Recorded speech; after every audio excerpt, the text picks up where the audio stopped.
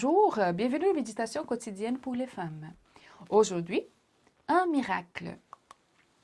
Il s'éleva et s'en alla à Sarepta. Comme il arrivait à l'entrée de la ville, voici qu'il avait une veuve qui ramassait du bois. 1 Roi 17, verset 10. La vie à Sidon suivait son cours tranquille, avec ses hauts et ses bas, ses joies et ses tristesses, jusqu'au jour où les ciels s'est couvert soudainement des nuages. La tourmente s'abattit cruellement sur la veuve de Sarepta. Avec un lourd passé enfoui dans les souvenirs, un présent dévoré par les malheurs et un avenir sans espoir, cette femme en larmes ramassait du bois, souhaitant que tout cela ne soit qu'un cauchemar. Elle pensait que Dieu les avait oubliés, elle et son fils. Mais le regard divin, attentif à tout, s'est posé sur elle. Il lui fallait un miracle. À la place, elle entendit ces mots. « Donnez-moi quelque chose à manger. » La lame d'un couteau n'aurait pu faire plus de mal à son cœur déjà blessé. Il ne lui restait rien à donner, pas même de quoi subsister, elle et son fils.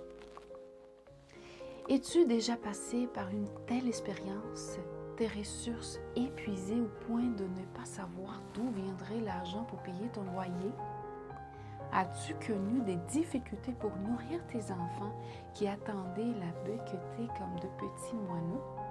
As-tu eu l'impression que Dieu s'éloignait de toi? De telles scènes te reviennent sûrement à l'esprit.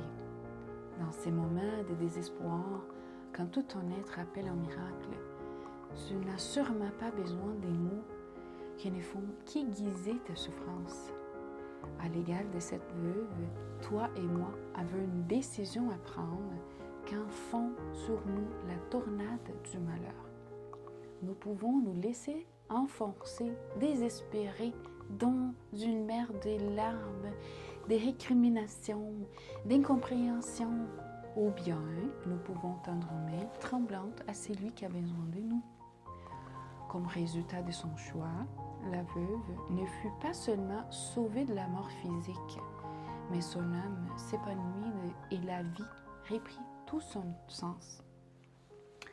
N'oublie jamais que même lorsque tu dois endurer le chagrin et la souffrance, tu as toujours l'occasion d'étendre la main à quelqu'un dans le besoin.